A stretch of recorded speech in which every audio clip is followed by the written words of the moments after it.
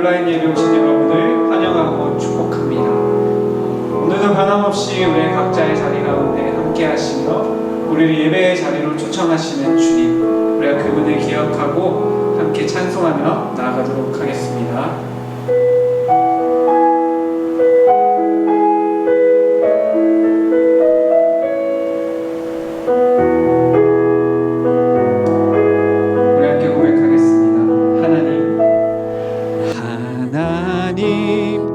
우리를 부르시네 영원한 집으로 친밀한 주음성 오라시네 아버지 품으로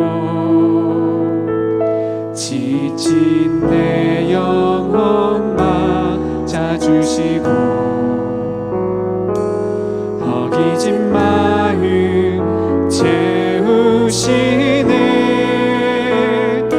모든 것 아시는 나의 주님 나 여기 영원히 거하리 아버지 품 안에 나 기억 끝없는 사랑 누리리.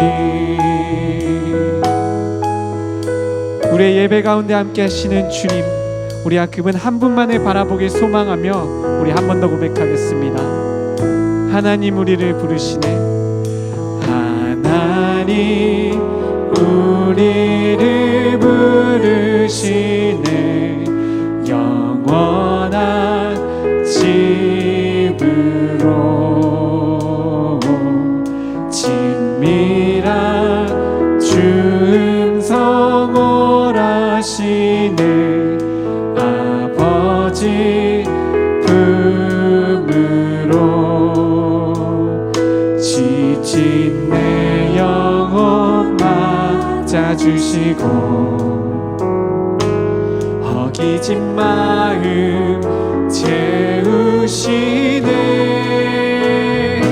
모든 것 아시는 나의 주님 나 여기 영원히 거하리 아버지 품 안에 나 기억 끝없는 주님 이 시간 우리를 주님 품으로 더욱더 인도하여 주시옵소서. 모든 것 아시는 모든 것 아시는 나의 주님 나 여기 영원히 거하리 아버지 품 안에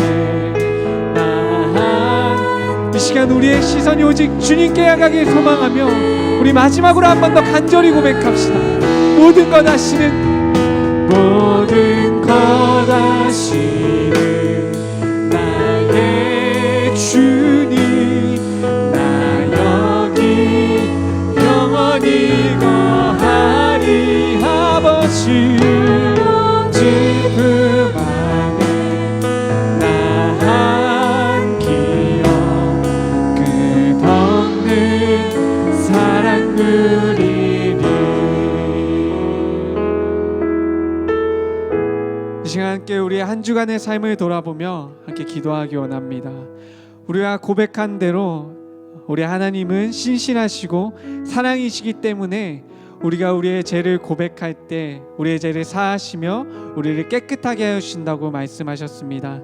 그 주님 앞에 우리의 거짓된 모습 없이 우리의 가리우는 것 없이 주님 나의 한 주간의 삶 속에서 주를 따르지 못하고 의를 내세우며 다른 것들을 주인 삼으며 살아갔던 우리의 모습들을 주님 회개하며 나아갑니다. 이 시간 예배를 통하여서 다시 한 번 더 주를 바라보게 하여 주옵시고 다시 한 번 더 우리의 영이 새롭게 주께로 향하는 시간이 될 수 있도록 주님 인도하여 주시옵소서라고 우리의 마음을 드리며 우리의 삶을 드리며 기도하며 나아가도록 하겠습니다. 함께 기도하시겠습니다. 오늘도 여전히 우리에게 사랑으로 다가오시며 우리의 진실된 모습을 원하시는 주님, 그 주님의 품으로 우리를 더욱더 인도하시는 주님, 내가 그분을 의지하며 나아가길 원합니다. 하나님, 내가 주님 앞에 무엇이 부끄럽겠습니까? 우리의 모습을 모든 것을 아시며 우리의 삶을 언제나 동행하시며 주관하시는 주님 앞에 내가 무엇을 가리며 나아가겠습니다. 하나님, 나의 삶들이 주님 앞에 부끄럽습니다. 그러나 주께서 나를 사랑으로 회복시키신다고 말씀하셨기에 주님, 내가 그것을 의지하며 나아갑니다. 하나님, 나를 회복시켜 주시옵소서. 그 거짓된 모습들로부터, 다른 것들을 주님 삼아 살아갔던 나의 연약한 모습들로부터 예배 가운데 오셔서 다시 한 번 더 주께로 나의 시선이 향할 수 있도록 인도하여 주시옵소서. 오직 그 주님만을 바라봅니다. 그 생명 되신 주님만을 바라봅니다. 주님 인도하여 주시옵소서. 그렇게 하실 줄 믿습니다. 주님 인도하여 주시옵소서. 주님 인도하여 주시옵소서. 주님.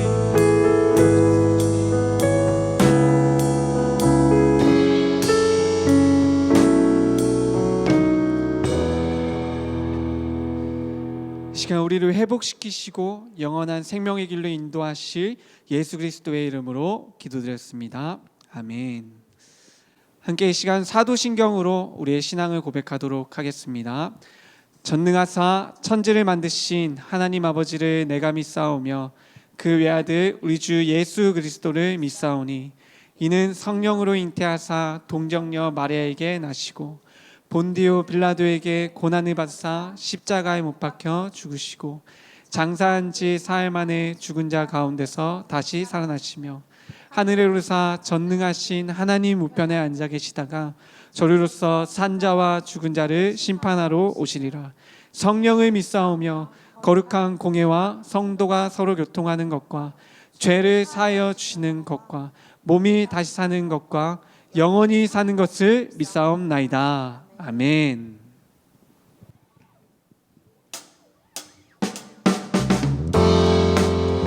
함께 이 시간 각자의 자리에서 박수치며 우리에게 영원한 사랑과 영원한 은혜를 부으시는 주님, 우리가 그분께 감사의 찬송으로 나아가겠습니다.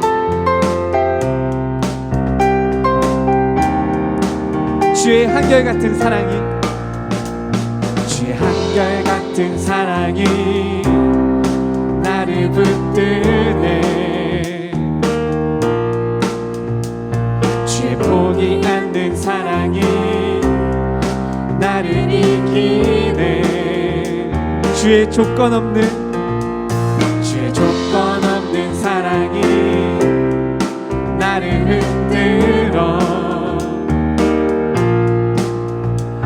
주의 사랑 안에서 나는 안전해. 나는 살아서 이제 주의 이름을 노래하리. 소망을 품고 더욱 주의 이름 찬양하리. 언제나 우리에게 한없는 은혜로 다가오시는 주님, 우리 함께 2절로 고백합시다. 주의 끝이 없는 은혜가, 주의 끝이 없는 은혜가 나를 살게 해. 주의 쌓아두신 은혜가 나를 채우네. 주의 감당 못할 내가 잠기니 그의 은혜 안에서 나는 만족해. 우리 함께 고백합시다. 나는 살아서 이제 주의 이름을 노래하리. 소망을 품고 더욱 주의 이름 찬양. 한 번 더. 나는 살아서 이제 주의 이름을 노래하리. 아멘. 소망을 품고 더욱 주의 이름 찬양하리. 소망 없어 힘을 잃은 나의 영혼아, 너는 그 얼굴에도 의심을 바라보라.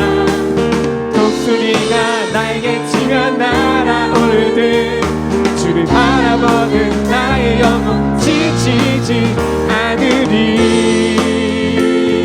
아멘. 우리를 살게 하시는 주님, 나는 살아서 이제 주의 이름을 노래하리. 소망을 품고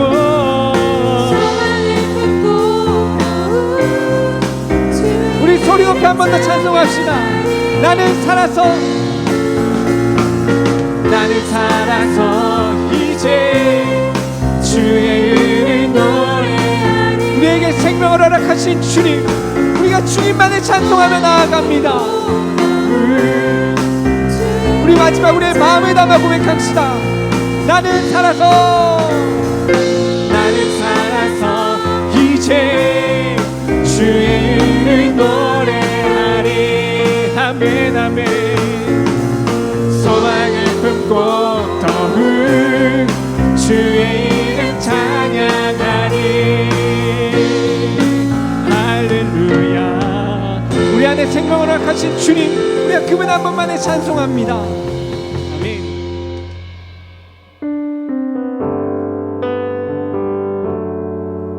우리 안에 복음의 능력을 허락하신 주님, 우리가 그 능력을 의지하며 살아가길 소망하며 이렇게 찬송합시다. 우리를 위하여 이 땅에 오셨네. 죄인 구하시려 생명을 주셨네. 주의 마음으로 세상을 섬기며 이 땅 회복하신 십자가를 전하. 우리를 위하여 이 땅에 오셨네. 죄인 구하시려 생명을 주셨네. 주의 마음으로 세상을 섬기며 이 땅 회복하신 십자가를 전하리. 그는 주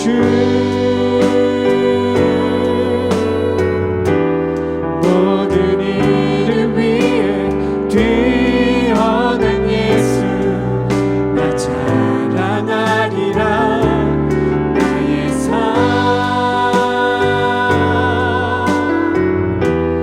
예수 그리스도 주님의 은총 나 품고 살리라.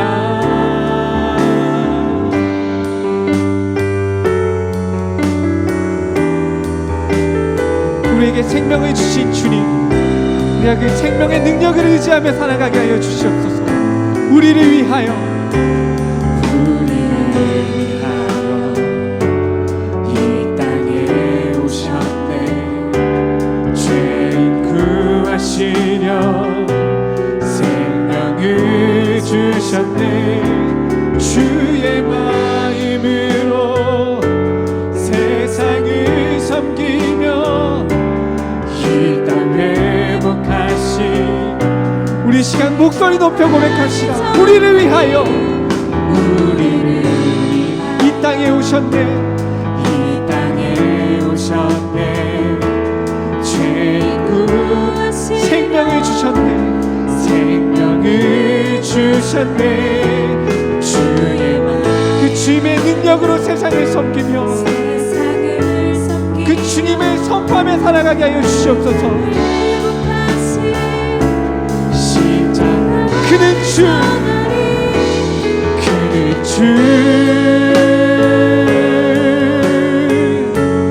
모든 일을 위해 뛰어난 예수 나 자랑하리라. 나의 삶 예수 그리스도 주님의 은총 나 그는 주 그는 주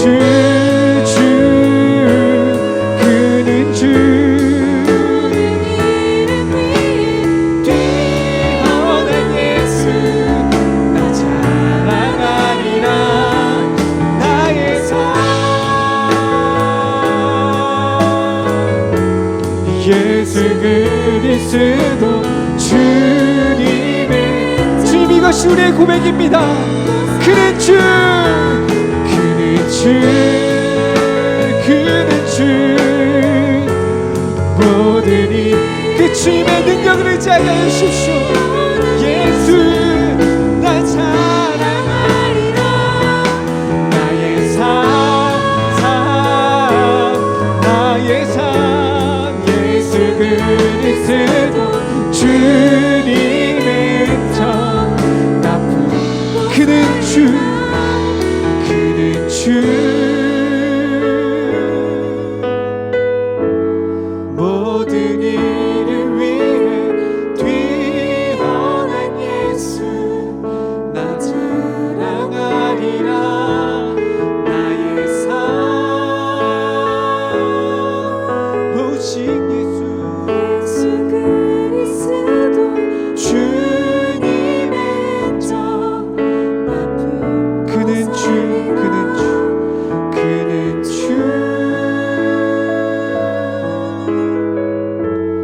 모든 일을 위해 뛰어난 예수 나 자랑하리라.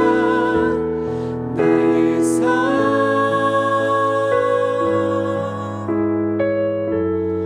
예수 그리스도 주님의 정 나쁜 곳 살리라.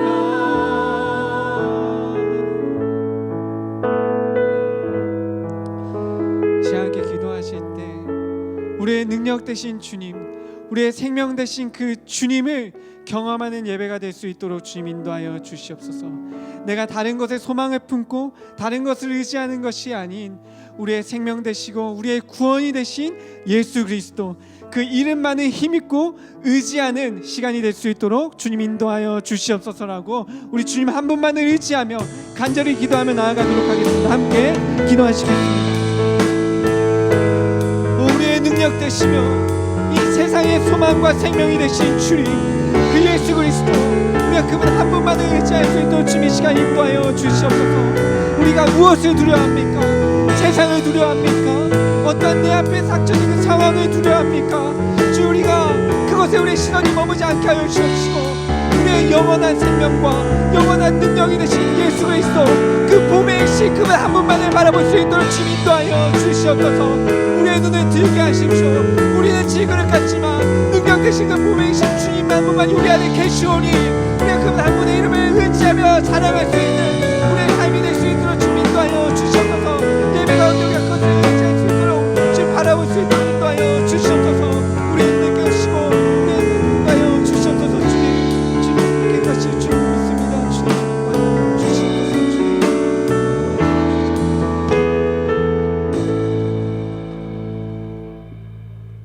사랑의 하나님, 감사합니다.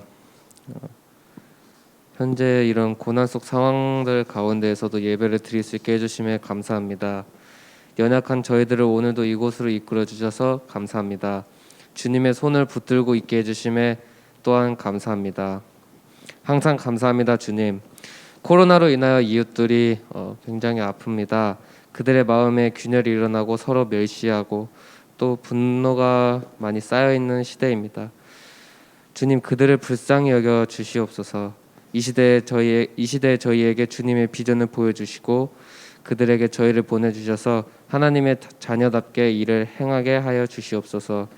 그들을 바라보는 시선이 사랑이고 또한 이웃사랑이기를 원합니다.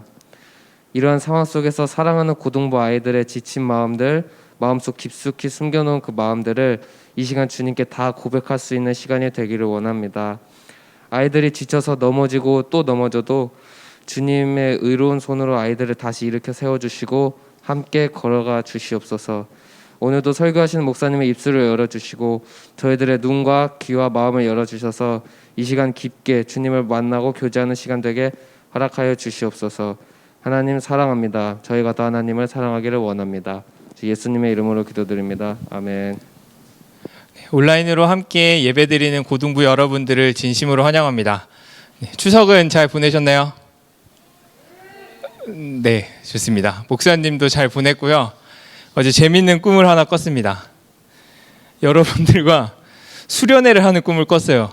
얼마나 마음속에 원했던지 혼자 수련회장을 빌렸고 그 빌린 수련회장에서 여러분들과 함께 마스크 없이 같이 기도도 하고 활동도 했던 꿈을 꿨는데 굉장히 행복했습니다. 네, 그만큼 사실 바라고 있었던 부분이기도 했지만 은혜 가운데 또 한 달의 수련회가 마무리가 됐습니다. 큐티 챌린지를 오늘 시상을 하려고 했는데요. 추석인지라 또 집계가 조금 늦어져서 다음 주에 진행을 하도록 하겠고요. 지속해서 하나님의 말씀을 묵상하는 훈련들을 함께 해주시면 되겠습니다. To be continue. 그래서 말씀 묵상하는 것은 수련회를 통해서 저희가 의도했던 것은 무엇이었냐면 말씀드렸듯이 굳은 살 만들기였어요. 굳은 살이 만들어졌다면 계속해서 그 일들을 함께 해주셨으면 좋겠고 매일의 삶 속에서 하나님의 은혜가 넘쳐나셨으면 좋겠습니다. 10월 본문은 고린도 후서랑 시편으로 넘어갔습니다. 그래서 이 부분들을 함께 어떻게 묵상할지 목사님이 함께 설교를 해줄 거고요. 그리고 기회가 된다면 선생님들과 공과도 한번 고민을 해봐서 진행하는 시간을 갖도록 하겠습니다. 아주 인기가 많았던 말빛밤도 시즌2를 준비하려고 하니까요. 기대감을 가지고 기대해 주시고 혹시 출연하고 싶으신 분들은 언제나 환영입니다. 방법과 그리고 방식 그리고 횟수는 약간의 조정이 있을 예정인데요. 함께 기대하는 마음으로 하나님의 말씀을 나누는 일들에 힘써 주시면 좋겠습니다. 고린도후서 4장 1절부터 18절의 말씀을 함께 읽고 설교를 시작하도록 하겠습니다. 신약성경 289페이지에 있고요. 청매 9월 30일 수요일 본문이었습니다. 고린도후서 4장 1절부터 18절까지의 말씀입니다. 한 절씩 교독하도록 하겠습니다.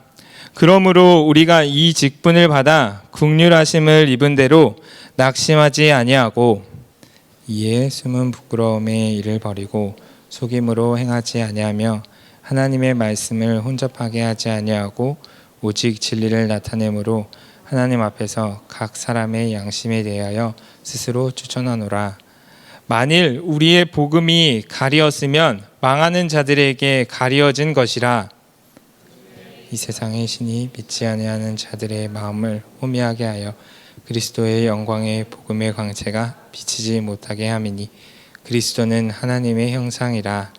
우리는 우리를 전파하는 것이 아니라 오직 그리스도 예수의 주 되신 것과 또 예수를 위하여 우리가 너희의 종된 것을 전파함이라.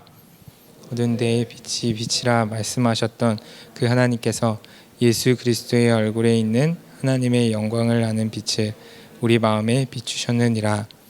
우리가 이 보배를 질그릇에 가졌으니 이는 심히 큰 능력은 하나님께 있고 우리에게 있지 아니함을 알게 하려 함이라. 우리가 사방으로 우겨쌈을 당하여도 쌓이지 아니하며 답답한 일을 당하여도 낙심하지 아니하며 박해를 받아도 버림받지 아니하며 거꾸러뜨림을 당하여도 망하지 아니하고 우리가 항상 예수의 죽음을 몸에 짊어짐을 예수의 생명이 또한 우리 몸에 나타나게 하려 함이라. 우리 살아있는 자가 항상 예수를 위하여 죽음에 넘겨짐은 예수의 생명이 또한 우리 죽을 육체에 나타나게 하려 함이라. 사망은 우리 안에서 역사하고 생명은 너희 안에서 역사하느니라. 기록된 바 내가 믿었으므로 말하였다 한 것 같이 우리가 같은 믿음의 마음을 가졌으니 우리도 믿었으므로 또한 말하노라. 주 예수를 살리시니가 예수와 함께 우리도 다시 살리사 너희와 함께 그 앞에 서게 하실 줄 아노라. 이는 모든 것이 너희를 위함이니 많은 사람의 감사로 말미암아 은혜가 더하여 넘쳐서 하나님께 영광을 돌리게 하려 함이라. 그러므로 우리가 낙심하지 않으니 우리의 겉사람은 낡아지나 우리의 속사람은 날로 새로워지도다. 우리가 잠시 받은 환난에 경한 것이 지극히 크고 영원한 영광에 중한 것을 우리에게 이루게 함이니 우리가 주목하는 것은 보이는 것이 아니요 보이지 않는 것이니 보이는 것은 잠깐이요 보이지 않는 것은 영원함이라. 아멘. 오늘은 설교 전에요 고린도 후서에 큰 숲을 그려주는 시간을 갖고 그 큰 숲 안에서 오늘 읽은 본문을 어떻게 해석할지 함께 고민하며 나아가도록 하겠습니다. 먼저 큰 숲을 그리기 위해서는 고린도 후서가 어떠한 성경책인지 알아보는 게 중요한데, 고린도 후서를 세 등분으로 나눌 수 있습니다. 고린도와 후와 서로 나눌 수 있는데요. 먼저 고린도는 지역을 의미하고요. 후는 순서를 의미하고 서는 편지를 의미합니다. 하나씩 알아볼 텐데, 고린도라는 지역입니다. 지금 저희가 잘 알고 있는 유럽에 있는 그리스라는 나라에 있는 도시로, 옆에는 터키가 있고요. 그 위에는 이탈리아가 있고요. 그 옆에는 스페인이 있습니다. 유럽 대륙, 지금의 지도로 이렇게 보면은 그리스라는 나라에 있는 고린도라는 도시를 의미합니다. 고린도의 도시라고 기억을 해주시면 되겠고요. 두 번째는 서인데요. 서는 편지를 의미합니다. 편지서이거든요. 그래서 고린도에 보낸 편지이다라는 것들을 기억하시면서 본문을 읽어주시면 되겠는데, 이 고린도라는 도시는 어떤 도시였냐면 당대에 항구가 있던 도시로 경제와 그런 문화의 중심지였다고 합니다. 그래서 그곳에 발달했던 것이 무엇이었냐면 종교들이 굉장히 발달을 했고요. 그리스 하면 딱 생각나는 철학자들이 굉장히 많았던 도시가 고린도 도시였습니다. 부로 인하여 사람들은 타락하기 시작했고 문란해지기 시작했고, 많은 범죄들이 있었던 도시이기도 하고요. 범죄의 온상이자 중심지가 바로 고린도라는 도시였는데, 그 세속의 한복판에 사도 바울이 편지를 보낸 겁니다. 그 편지가 어떤 편지였냐면, 특별히 우리가 그 성경을 읽을 때 그 기억해야 하는 것은 무엇이냐면, 성경은 글로 쓰여져 있잖아요. 그 글에도 굉장히 다양한 문학적 형태가 있다는 것을 꼭 기억해 주셔야 합니다.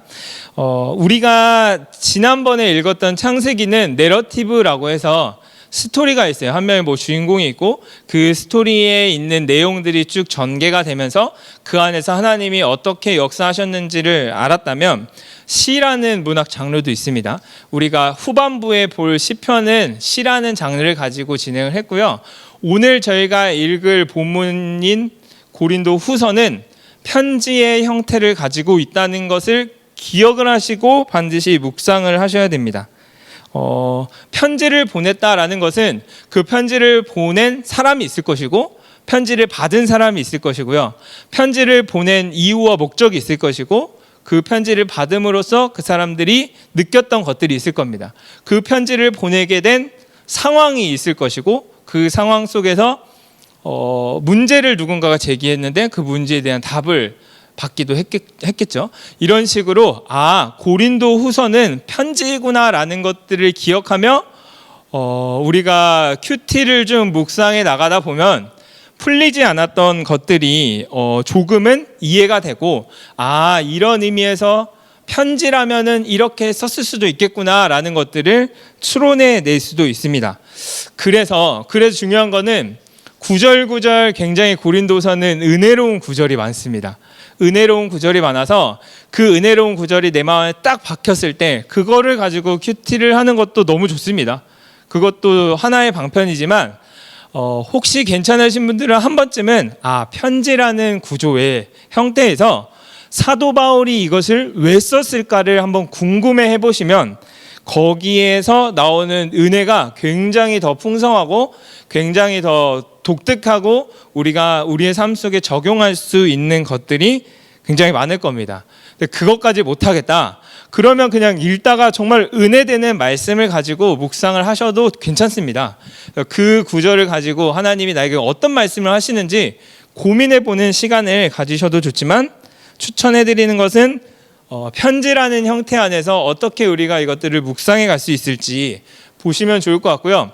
특별히 고린도 후서 안에는 사도 바울의 개인적인 이야기들이 굉장히 많이 등장을 합니다. 그래서 사도 바울은 어떤 사람이다라는 것들을 이 고린도 후서에 있는 내용들을 통해서 알 수 있다는 장점이 있습니다. 그 부분들을 한번 발견해 가면서 성경을 좀 묵상을 하시면 더 재밌게 하실 수 있을 것 같습니다. 이 편지를 보냈던 사람은 누구였냐면 바로 사도 바울이었고요. 바울이라는 사람이었고요. 그 사람은 사도였습니다. 하나님의 부르심을 받아 복음을 전하는 사람을 사도라고 했거든요. 그 사도의 역할을 했던 바울이라는 사람이었고요. 수신인은 누구였냐면 바로 예수님을 믿는 고린도 사람들의 모임이었습니다. 사실 교회라는 단어 자체가 예수 그리스도를 믿는 사람들의 모임이라는 뜻이잖아요. 그래서 조금 더 그냥 어떤 건물적인 느낌보다는요, 고린도 후서 편지는 사람이 사람에게 보낸 편지이구나라는 것들을 기억하시면 훨씬 더 은혜가 될 것입니다.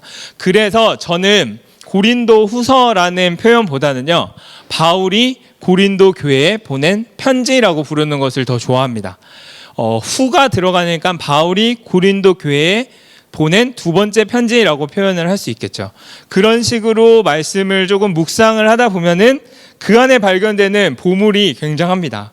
네, 조금 어려웠어요. 저도 계속 편지 안에서 본문을 묵상해야지, 편지 안에서 본문을 묵상해야지 하다 보니까 조금 막히는 부분과 어려운 부분들이 있을 때는 그냥 은혜 되는 구절을 가지고 그냥 그래도 괜찮습니다. 그렇게 큐티를 하셔도 되고요. 오늘은 목사님이 설명해준 그 배경 안에서 이게 이거였구나, 그렇다면 하나님께서 우리에게 원하시는 뜻이 무엇이었을까라고 생각하시면서 해도 너무너무 좋습니다. 그리고 이제 순서에 관한 문제인데요. 후라고 하면은 먼저 보낸 편지가 있다라는 뜻이겠죠. 전이 있다라는 뜻인데, 고린도 후서 앞에를 펴보면 고린도 전서가 등장을 합니다. 이거를 제가 설명을 간단하게 해드리자면, 사도 바울은요, 성경의 본문 안에서 단서를 찾아보면 총 4개의 편지를 보냈을 것이다 라고 예측을 할 수 있습니다. 그 4개의 편지를 지금 설명을 해드릴 텐데, 그 배경을 아셔야 됩니다. 사도행전 18장에 보면은 이 사도 바울이 이 유럽 지역을 다니면서 복음을 전하기 시작합니다.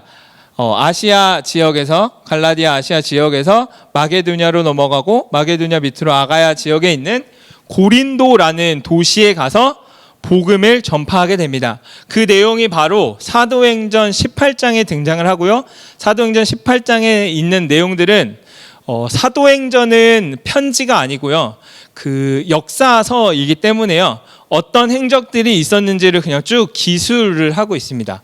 그래서 성경이 되게 재밌는 것은 이 사도행전에 있는 내용과 그 안에서 들어가 있는 편지의 내용을 비교하면서 보면은 성경의 내용이 훨씬 더 풍성해집니다. 고린도 후서를 잘 이해하기 위해서는 사도행전 18장을 참고해서 읽어보시면 더 재밌게 읽어보실 수 있는데요. 그 상황 속에서 제2차 전도 여행에서 사도 바울은 이 고린도 지역에 몇 년간 머무르게 되냐면 1년 6개월이라는 아주 긴 기간을 머무르게 됩니다. 1년 6개월 동안 예수 그리스도의 복음을 전하기 시작하고요. 그 복음을 믿고 예수님을 믿는 고린도 사람들이 모이기 시작한 것이 바로 고린도 교회입니다. 그 고린도 교회에 보낸 편지인데 총 4개의 편지를 보냈다고 했잖아요. 1년 6개월의 사역을 마치고 사도 바울이 이제 고린도 지역을 떠나서 다른 지역에 이제 복음을 전하러 가게 되죠. 그런데 고린도로부터 소식을 들었습니다. 어떤 소식이었냐면 음행에 관련된 문제, 성적인 문제에 대한 그 문제들이 고린도 교회에 발생했다. 그래서 보냈던 편지가 어떤 편지였냐면 고린도 전서 5장 9절에 근거하면은 음행에 대한 문제에 대해서 내가 편지를 썼다라는 표현이 있거든요. 그래서 그 편지를 이전 편지라고 학자들은 이야기를 하거든요. 그 이전 편지가 있었고요. 그 이전 편지에도 불구하고 사람들의 문제가 더욱 커지자 사도 바울은 두 번째 편지를 보내요. 그 편지가 바로 두 번째 편지입니다. 이 두 번째 편지가 저희가 잘 알고 있는 고린도 전서입니다. 그러니까 엄밀히 말하면 고린도 전서는 두 번째 편지라고 볼 수 있는 거죠. 여기서는 사람들이 분파, 나는 바울파입니다, 나는 아볼로파입니다, 나는 베드로파입니다 하면서 우리는 다 예수 그리스도 안에서 하나인데 나는 누구 파고 누구 파고 나는 강일진 목사님 파고 나는 김영삼 목사님 파고 뭐 이런 식으로 파벌이 막 나뉜 거예요. 교회가 막 나뉘고 있는 상황 속에서 바울이 그렇게 하면 안 된다라고 이야기를 하면서 보냈던 편지가 바로 고린도전서라는 편지이고요. 근데도 이게 정리가 안 되는 거죠. 정리가 안 되자 바울이 큰 마음을 먹고 어떻게 하냐면 고린도 교회를 직접 방문하게 됩니다. 두 번째 방문이죠. 첫 번째 방문은 처음 방문해가지고 교회를 지어서 1년 6개월 동안 있었던 것이었고, 두 번째 방문을 해서 야심차게 아마 방문을 했던 것 같아요. 그래도 내가 가면 문제가 해결되겠지. 아니요. 오히려 사도 바울을 반대했던 거짓 선지자들과 그 반대파들이 사울을 매몰차게 거절을 하였고 바울을 몰아내게 됩니다. 그래서 다시금 물러나게 되고요. 그 물러난 후에 다시 한번 눈물로써 사도 바울이 편지를 하는 게 바로 세 번째 편지입니다. 우리가 이번 주에 고린도 후서 2장을 읽었는데 사도 바울이 계속 근심 중에 내가 너희에게 편지를 썼다, 이 말을 했단 말이에요. 그 편지가 바로 어떤 편지였냐면 세 번째 편지였어요. 방문했음에도 불구하고 계속되는 반대가 있자 사도 바울이 눈물을 흘리며 썼던 근심의 편지가 바로 세 번째 편지, 눈물의 편지입니다. 거짓 사도들에 대한 문제이고 나를 반대한 자들, 율법이 옳다고 한 자들을 처벌해야 되고 면직해야 된다, 벌을 내려야 한다라는 아주 엄중하고도 아주 굉장히 강한 어조의 편지였던 것 같아요. 그래서 사도 바울이 쓰면서도 마음속에 근심이 있었던 거예요. 내가 이렇게 써도 되나? 내가 이 정도까지 막 얘기해도 되나? 근심이 있었지만 사도 바울은 썼다라고 얘기를 해요. 저는 이게 사랑이라고 생각을 하거든요. 잘못된 길로 갔을 때 그 길은 잘못된 길입니다라고 얘기해 줄 수 있는 것은 사랑이거든요. 그 사랑의 마음을 담아 그 표현을 하는 게 뭐냐면 고린도 후서 2장 9절에 보면은 내가 너희들을 사랑해서 근심 중에도 편지를 썼다라고 얘기를 하거든요. 그렇게 해서 썼던 편지였는데 그 편지를 보내고 나서 사도 바울이 누구를 기다렸냐면 디도라는 사람을 기다렸어요.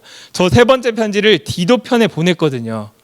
그 디도가 돌아와서 예전에는 뭐 카톡이 있고 뭐 전화가 되고 이런 게 아니잖아요. 편지를 가지고 갔던 사람이 돌아와서 이런 일들이 있었습니다라고 얘기를 해주잖아요. 그거를 듣기 위해 어떻게 했냐면 사도 바울이 에베소에서 그 드로아 지역으로 올라가고 드로아에서 마게도냐로 넘어가서 거기서 만납니다. 디도라는 사람을 만나서 소식을 딱 들었는데 어떤 소식이었을까요? 드디어 바울이요, 이 사람들이 회개를 했습니다. 그 사람들을 처벌했습니다 라는 이 기쁨의 소식을 받고 보낸 편지가 바로 어떤 편지냐면 고린도 후서라는 편지입니다. 그래서 마게도냐라는 지역에서 어떤 도시인지는 잘 모르겠지만 그 지역에서 네 번째로 썼던 편지가 바로 고린도 후서라는 편지입니다. 그래서 우리는 이 고린도 후서를 읽을 때는 이러한 배경들 속에서 바울이 어떤 마음으로 이 편지를 썼을까에 대한 고민을 해야 돼요. 근데 목사님 왜 개인적인 편지를 가지고 우리가 왜 고민을 해야 합니까? 그 가운데는 하나님 성령의 역사심이 있었어요. 총 4개의 편지가 있었을 것이다 라고 예상되지만 첫 번째 편지와 세 번째 편지는 아예 유실돼서 없어졌거든요. 하나님께서 이 두 번째 편지와 네 번째 편지를 남겨놓으신 이유가 있는 것 같아요. 그리고 성령의 역사하심으로 사도 바울이 기록은 했지만 성령의 역사하심으로 성경의 이 권위를 가지고 이 문서들이 기록이 되고 보존이 되어야겠다라는 하나님의 역사하심으로 보존되어 있던 편지가 바로 고린도후서거든요. 당시의 사람들이 가지고 있던 문제들에 대한 대답, 그 대답이 어떤 것이었는지를 우리가 깨닫고 그것들을 우리가 살아가는 이 사회 속에서 완전히 고린도와 같은 도시 안에서 우리는 살아가고 있잖아요. 부로 인하여 우리는 넘쳐나는 범죄 가운데 있고 그 많은 성적인 범죄들과 어려움, 교회가 그것에 물들어가고 있는 모든 상황들, 코로나로 인해 혼잡하고 어려운 상황들 속에서 성경 안에서 사도 바울이 보냈던 그 대답을 가지고 우리가 이 상황 가운데 어떻게 살아가야 되는지에 대한 해답을 얻을 수 있다는 의미가 있습니다. 그래서 이 편지를 쭉 분석을 해보면 그 목적을 4가지로 정리를 할 수 있는데요. 그 목적은 4가지입니다. 뭐 더 많이, 더 이걸 축소해서 이야기를 할 수도 있겠지만 첫 번째는 우선 화해와 격려입니다. 기쁨의 소식을 받았잖아요. 근심하면서 보냈지만 너희가 그거를 처벌하였다라는 이야기를 들으니 내 마음이 기쁘다. 그러면서 내가 이렇게 근심하며 보냈던 그것은 너희가 싫어서가 아니라 너희를 사랑해서이다 하면서 사랑의 마음을 전달을 하고, 비록 그들을 벌하였지만 용서하여라. 벌은 버리고 다시금 품어주고 끌어안아라 라고 이야기하는 게 고린도후서 2장에 있었던 이야기들이었거든요. 그러면서 너희가 잘하였도다. 하나님의 말씀을 우리가 이렇게 같이 잘 지키자라는 내용과, 두 번째는 변증을 합니다. 왜냐하면 계속되는, 그럼에도 불구하고 고린도 교회 안에는 사도 바울이 무슨 사도야, 사도라 하면 예수님이 보내신 그 제자들을 사도라고 했는데, 뭐 예수님이랑 같이 있지도 않은데 무슨 사도 바울이 사도야 라고 사도 바울의 사도직에 대한 그러한 막 문제의식을 막 제기했던 사람들이 있었거든요. 왜 사도 바울은 율법을 지키지 않고 그런 이상한 거짓 복음을 전한다고 이렇게 날뛰냐 하면서 그러한 사람들에게 자기의 자신을 변증하고 사도의 그 권위에 대한 이야기들을 합니다. 세 번째는 연보에 대한 문제인데, 본인들끼리 흙탕물 전쟁을 하는 거예요. 교회 안에서 흙탕물 전쟁을 하자 예루살렘에 큰 기근이 있어 사람들이 모든 교회에서 십시일반 모아서 헌금을 보내고 연보를 보내고 있는데, 고린도 교회는 그만큼의 넉넉함이 없었던 거예요. 그냥 흙탕물 전쟁을 하고 있었으니까. 그래서 사도 바울이 너희가 지금 회개하고 돌이켰을 때 다시금 돌아보며 너희의 그 넉넉함으로 예루살렘을 위하여 연보를 모으고 보내주어라 했던 것이 바로 8장과 9장에 있는 내용입니다. 그리고 나서 거짓 사도의 문제들, 거짓 사도가 나를 이렇게 얘기하는데 이것은 다 거짓이다, 내가 전하는 것은 이것이다 라고 얘기를 하면서 그 거짓 사도에 대한 문제들을 쭉 풀어나갑니다. 이러한 의미에서 고린도 후서를 보면요, 굉장히 새로울 거예요. 굉장히 새롭고, 오늘 우리가 함께 읽었던 고린도 후서 4장 1절부터 18절의 말씀은요, 특별히 이번의 문제입니다. 그 변증에 대한 문제, 사도직에 대한 그 불만을 갖고 있는 사람들에게 내가 어떠한 권위로 이렇게 복음을 전하는 것이다 라는 것들을 이야기합니다. 이것을 변증을 한다는 것은요, 변증을 한다는 것은 변론하며 서로 이야기를 나누며 내가 진짜임을 증명하는 것을 변증이라고 하잖아요. 그 변증을 왜 했냐면, 사람들은 사도 바울에 대한 문제 제기를 계속 했거든요. 첫 번째 했던 문제 제기는 뭐였냐면, 사도 바울은 천막 제조를 했어요. 이게 왜? 뭐 투잡을 해서 그런가? 본인들보다 돈을 많이 받아서 그런가? 아니요. 고린도 지역은 아까 얘기했듯이 굉장히 철학자들이 그 성행을 했던 그런 지역이었거든요. 그리스 자체라는 나라가 그렇잖아요. 철학자들은요, 많은 부자들의 후원을 받아서요, 굉장히 좋은 옷을 입고 늘 그 책과 그 철학적인 그런 토론들과 이야기들, 후진들을 양성하며 그 정말 가장 좋은, 가장 높은 곳에서 정말 사람들을 가르쳤을 거란 말이에요. 근데 사도 바울과 비교를 해보는 거죠. 저렇게 고풍스럽고 멋있고 철학적인 사람과 사도 바울을 딱 비교를 했는데, 뭐야, 천막 입는 사람? 당시에도 이런 단순 노동을 했던 사람들을 아마 천시했던 것 같아요. 야, 무슨 천막 노동을 하는 사람이 무슨 우리한테 사도적인 뭐 권위를 가지고 뭐 말씀을 전하냐라고 얘기를 하면서, 사람들이 이 사도행전 18장 3절에 보면은 그런 문제 제기를 했던 것 같아요. 사도행전 18장에는 그 천막 제조하는 일을 했다라고 표현이 되는데, 뒤쪽에 이제 그 고린도 후서 편지의 내용들을 보면은 그런 것들을 통해서 이러한 그 무시 아닌 무시를 했던 것 같아요. 두 번째는 어떤 것이었냐면, 언변에 능하지 못했다라고 표현을 합니다. 이거는 사도 바울이 직접 얘기를 한 거예요.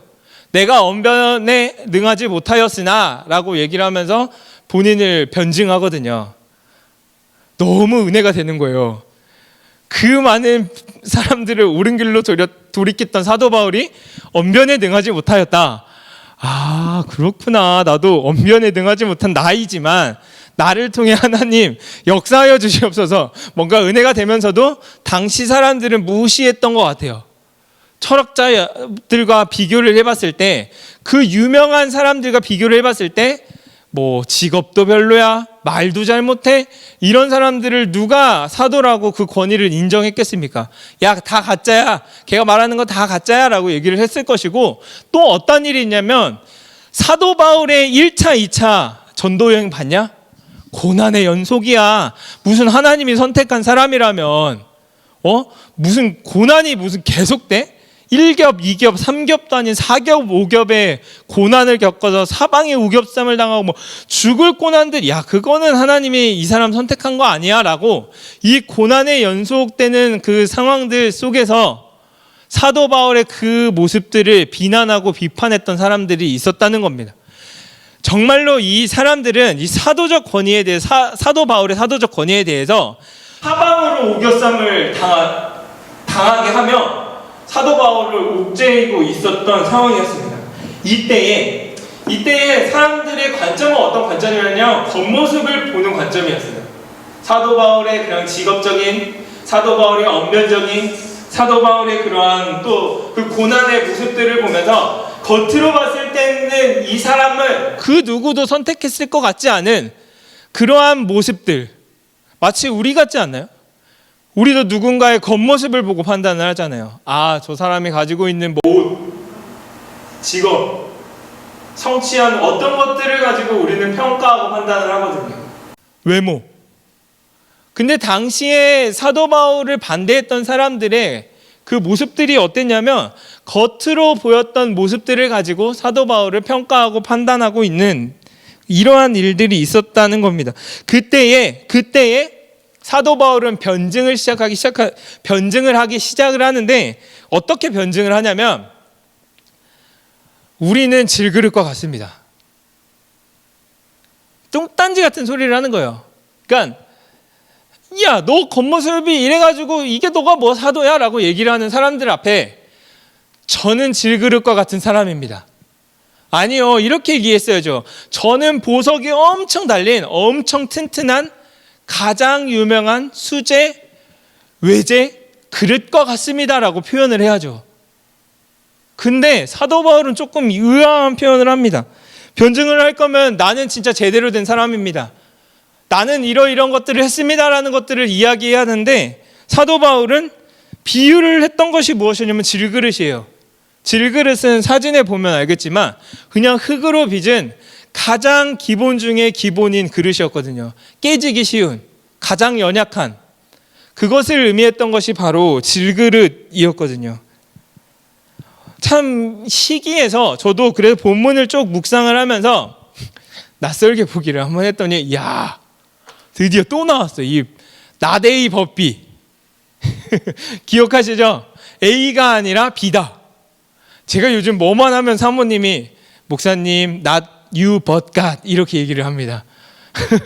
하나님 때문에 우리 하는 거니까 다시 마음을 추스리십시오라고 나데이 법갓을 얘기를 해주는데 여기에도 등장을 합니다. 뭐 어떤 표현이 있냐면 우리가 전한 것은 무엇이냐면 not ourselves, 그러니까 우리 자신이 아니라 but Jesus Christ라고 얘기를 해요. 사도 바울이 변증하려고 했던 것은요, 내가 얼마나 대단한 사람이야, 내 겉모습이 이렇지만 나는 숨겨진 어떤 것들이 있어가 아니었고요, 나는 비록 질그릇 같지만 내 안에 있는 보배는 굉장히 크고 영화롭다라는 것들을 그들에게 변증을 해 나가는 것이었습니다. 그래서 4장 7절을 영어로 한번 보니까요. 영어로 보니까 But we have this treasure. 그러니까 우리는 이 보배를 가졌습니다. In jars of clay. 그러니까 질그릇 안에 우리는 이 보배를 가지고 있습니다. 왜냐하면 뭐뭐 하기 위해서잖아요. 쇼, 보여주기 위해서입니다. 서패싱, 그러니까 그 넘쳐나는 능력, 그러니까 그 넘쳐나는 능력을 보여주기 위함인데 그것이 하나님께 속해 있음을, 우리에게 속해져 있는 것이 아니라 하나님께 속해져 있는 것임을 보여주기 위해서 우리를 사용하신 것입니다 라고 이야기를 하게 된 겁니다. 이 보배를 어떻게 설명을 하냐면요, 고린도후서 4장 10절을 함께 읽어보겠습니다. 시작. 우리가 항상 예수의 죽음을 몸에 짊어짐은 예수의 생명이 또한 우리 몸에 나타나게 하려 함이라. 아멘. 사도 바울이 계속해서 주장했던 것은, 전하려고 했던 것은 무엇이냐면 바로 내가 아니라 예수 그리스도십니다. 그리스도의 죽음을 기억하십시오. 그 죽음으로 인하여 우리에게 생명을 전하여 줌을 기억하십시오. 내가 전한 것은 그것입니다. 나는 거짓이 아닙니다. 내 안에 계신 그 보배를 전하기 위함이었습니다라는 것들을 계속해서 강조하고 있다라는 겁니다. 비교할 수 없을 정도로 영원하고 크신 그 보배를 나는 전하고 있습니다라고 이야기를 하고 있죠. 모두가 다 겉모습에 대한 이야기를 할 때요, 사도 바울은 어떤 이야기를 했냐면요, 속사람에 대한 이야기를 했어요. 보이지 않는 것입니다. 그 고린도후서 4장 18절에 보면은 이렇게 이야기를 하고 있거든요. 우리가 주목하는 것은 보이는 것이 아니요 보이지 않는 것이니 보이는 것은 잠깐이요 보이지 않는 것은 영원함이라.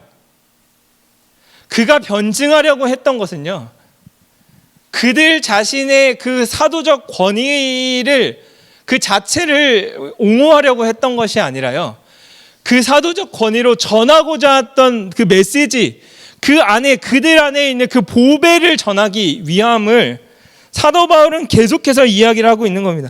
그것은 보이지 않는 것이거든요. 그렇지만 영원한 것이었습니다. 이것이 바로 복음이에요.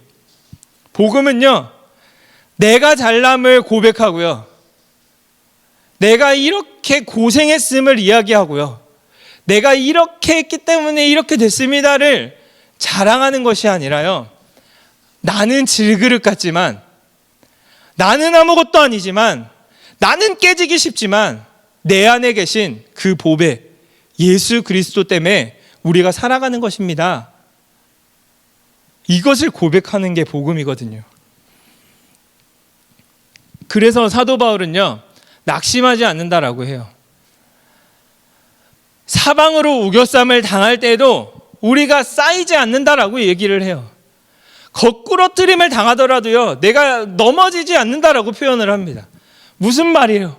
배가 침몰되고 돌에 맞아 거의 거반 죽을 뻔한 일들이 몇 번이었는데요, 사도 바울이 이렇게 얘기할 수 있었던 것은 무엇이었냐면, 나의 나됨을 증명하려고 하는 것이 아니라 내 안에 계신 그리스도께서 드러났다면 그것으로 나의 삶은 족합니다. 그것으로 만족합니다. 그것이 나의 삶의, 나의 사도적 권위의 핵심입니다라는 것들을 전하고자 했다는 것입니다. 여러분들은 무엇으로 여러분들을 변증하고 있나요?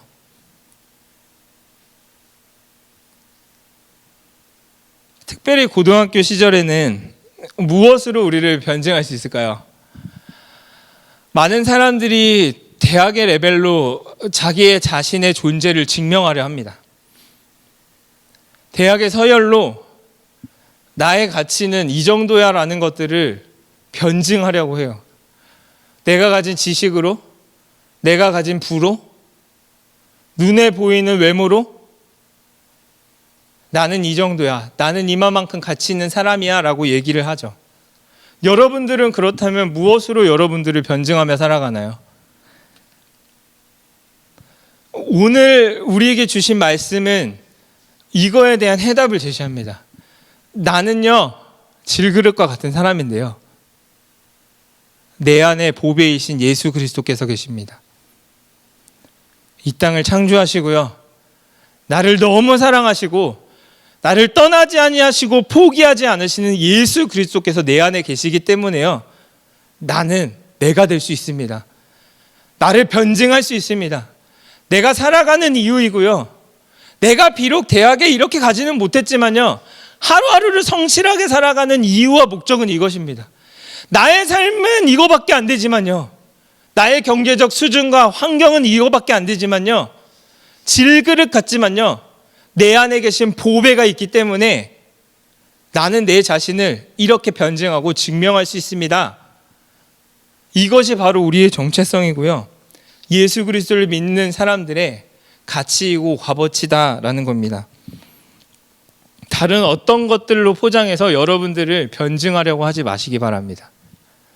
그럼 인생이 끝납니다. 그것으로 인해요. 그것 쫓아가다가요. 아니요, 하나님의 영광을 위해서요.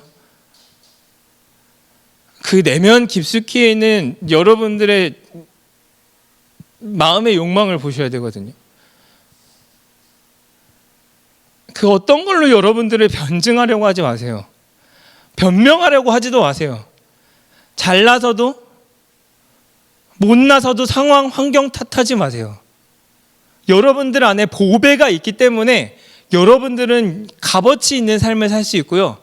그것 자체로 정말로 그 사도 바울이 고백했던 것처럼 내 안에 계신 예수 그리스도를 보여주기 위해 나는 질그릇과 같이 살아갈 수 있습니다라고 고백할 수 있는 겁니다. 다 같이 한번 그 자리에서 한번 외쳐볼 텐데요. 이렇게 한번 외쳐볼까요? 나는 보이지 않지만 영원한 보배를 간직한 사람이다. 나는 보이지 않지만 영원한 보배를 간직한 사람이다. 여러분들 마음에 이 영원한 보배가 있음을 기억하시고요. 살아가셨으면 좋겠습니다. 짐 엘리엇이라는 선교사님의 한 구절을 마무리하며 이야기해드리겠습니다. 시카고 휘튼대에 가장 좋은 명문대를 나왔던 그 28살 청년이 남미라는 도시에 가서 선교 한번 해보지 못하고 그 착륙을 했을 때에 이 사람들이 이 짐 엘리엇을 죽이고요. 그 사람의 인생은 끝나게 됩니다. 28살입니다. 저보다 훨씬 어린 동생의 나이였죠. 이 사람이 했던 유명한 한마디가 있대요. 그 말이 어떤 것이었냐면 영원한 것을 위해 영원하지 아니하는 것을 버리는 자는 바보가 아니다. 그 언론에서 얼마나 이건 낭비적인 일인가. 그 명문대를 나온 28살의 그 파릇파릇한 청년들이 말 한마디 전해보지 못하고 죽음을 당했는데 얼마나 낭비적인가라고 얘기를 했을 때 그 부인이 이렇게 얘기를 했대요. 그의 삶은 절대로 낭비적이지 않았습니다. 그 부인들이 다시 그곳에 들어가서 선교 활동을 했거든요. 예수 그리스도를 믿는 놀라운 일들이 일어났거든요. 영원한 것을 위해 영원하지 아니한 것을요 버리는 사람은 바보가 아닙니다. 버리지 마세요. 상황 때문에, 환경 때문에, 나는 고등학생이기 때문에 영원한 것을 버리는, 예수 그리스도를 버리는 그 우선순위가 너무나도 뒤로 밀려나 내 욕망과 내 욕심을 가득 채우려고 하는 그러한 일들을 해나가는 것이 바로 바보입니다. 오늘 말씀을 기억하시면서 진짜로 기억했으면 좋겠어요. 나는 보이지 않지만 영원한 보배를 간직한 사람임을 기억하며 무언가가 돼서가 아니라 지금 처해진 모든 상황 속에 보배를 드러내며 살아가는 너무나도 귀하고 영광스러운 삶이 여러분들의 삶이 되길 주님의 이름으로 축원합니다. 함께 찬양 부르고 기도하도록 하겠습니다.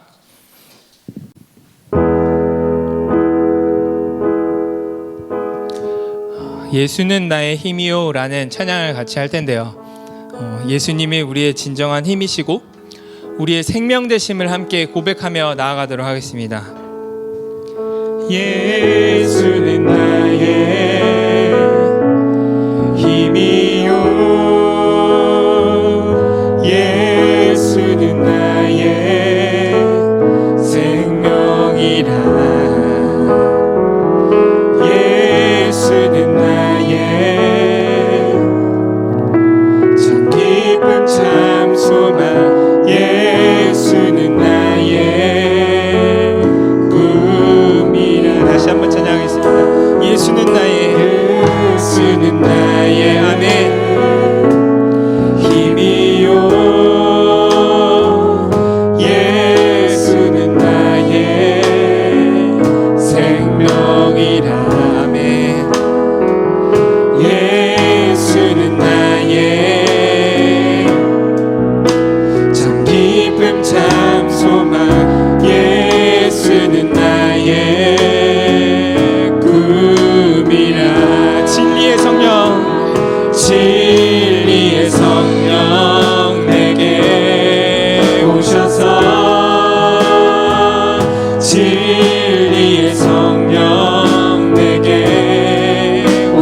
오셔서 진리의 성령 나를 깨닫게 하사 주 예수만 바라보게 하시네. 진리의 성령 내게 오셔서 진리의 성령 내게 오셔서 진리의 성령 나를 깨닫게 하사 주 예수만 바라보게 하시네. 예수는 나의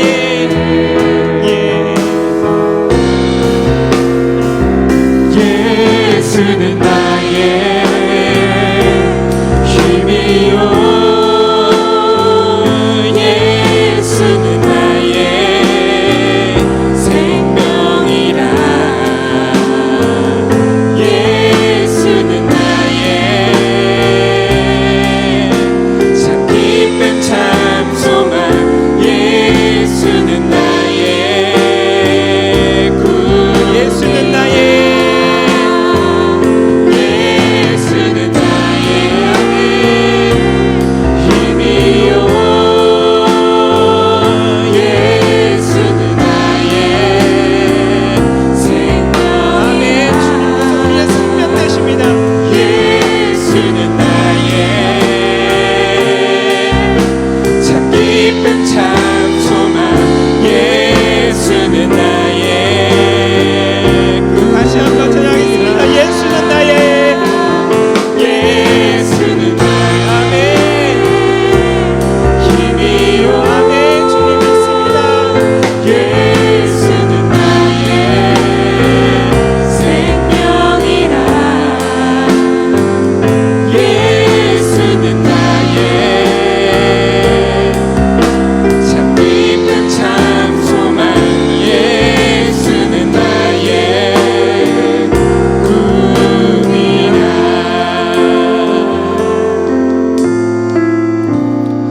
말씀을 기억하시면서 함께 기도할 텐데요. 사도 바울이 본인을 변증하려 했던 이유는 한 가지입니다.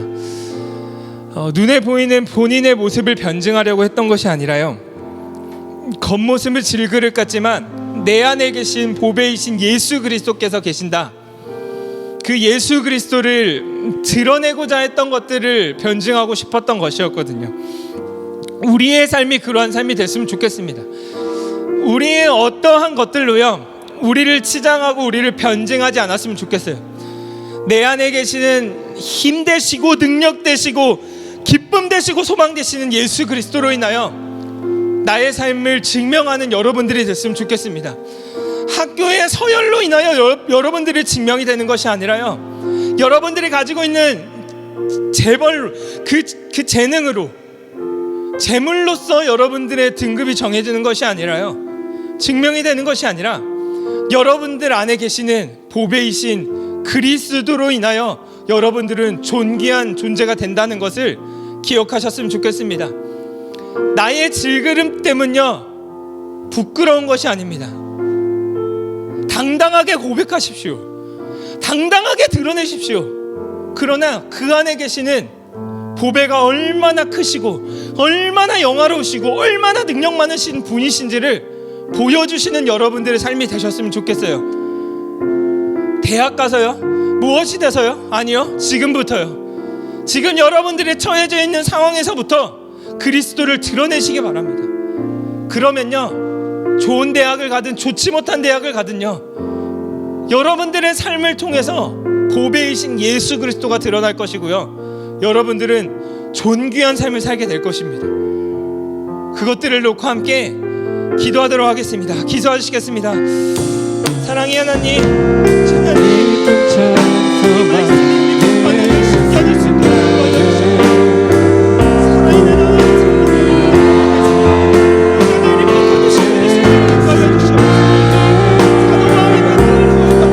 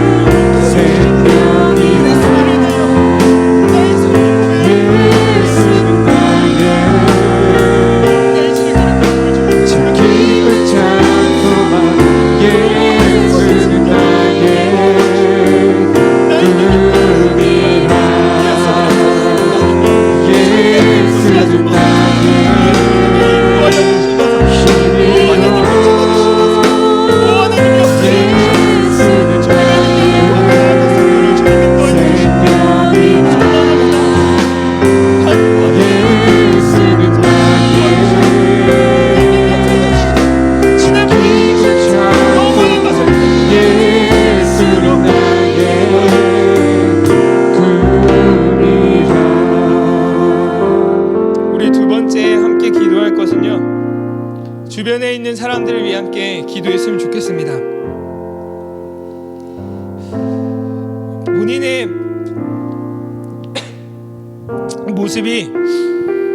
본인의 모습이 질그릇 같아 좌절하고 있는 사람들이 주변에 너무나도 많습니다.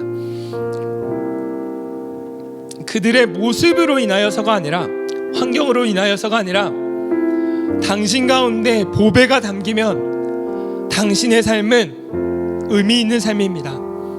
가치 있는 삶입니다 라고 전할 수 있는 저희들이 됐으면 좋겠습니다. 주변을 돌아볼 수 있는 넉넉함이 있게 달라고 기도해 주셨으면 좋겠고요. 특별히 마음이 졸이고 있을 고3들을 위해 함께 더 기도해 주셨으면 좋겠습니다. 수시를 쓰고도 이게 맞나? 이렇게 하면 되나? 뭘 어떻게 해야 되지? 고민하며 걱정하며 좌절해 있는 영혼들이 너무나도 많습니다. 자기소개서는 이렇게 써야 하나? 저렇게 써야 하나? 사도 바울의 자기소개서를 기억하시기 바랍니다. 우리의 연약함은, 우리의 질그릇 같음은, 우리의 약함은, 우리의 추함은, 우리의 못남은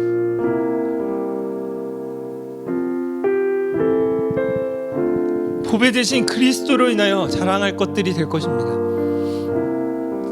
좌절하고 있을, 고민하고 있을 고3들을 위해 함께 기도했으면 좋겠습니다.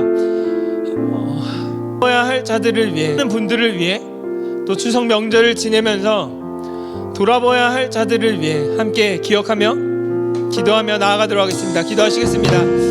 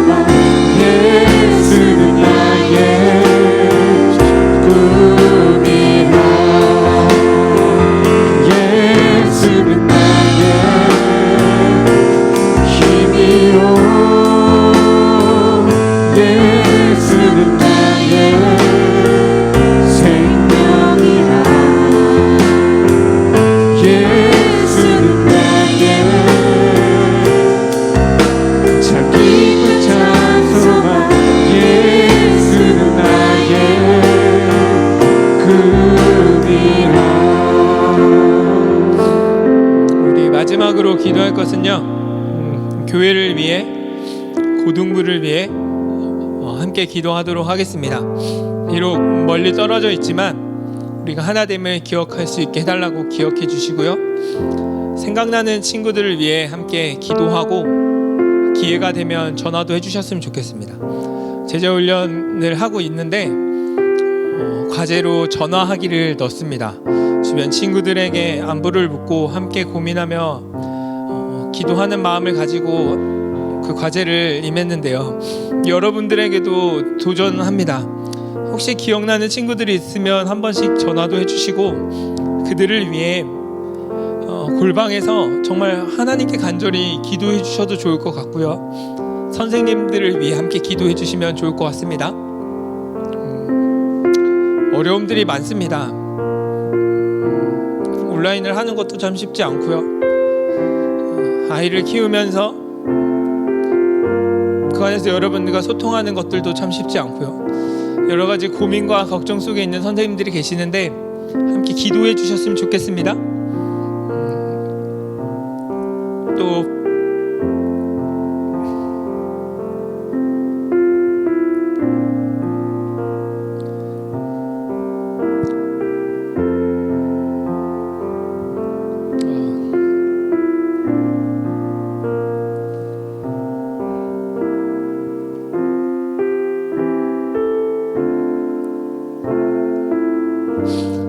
고3들을 위해서도 한 번 더 기도해 주셨으면 좋겠습니다.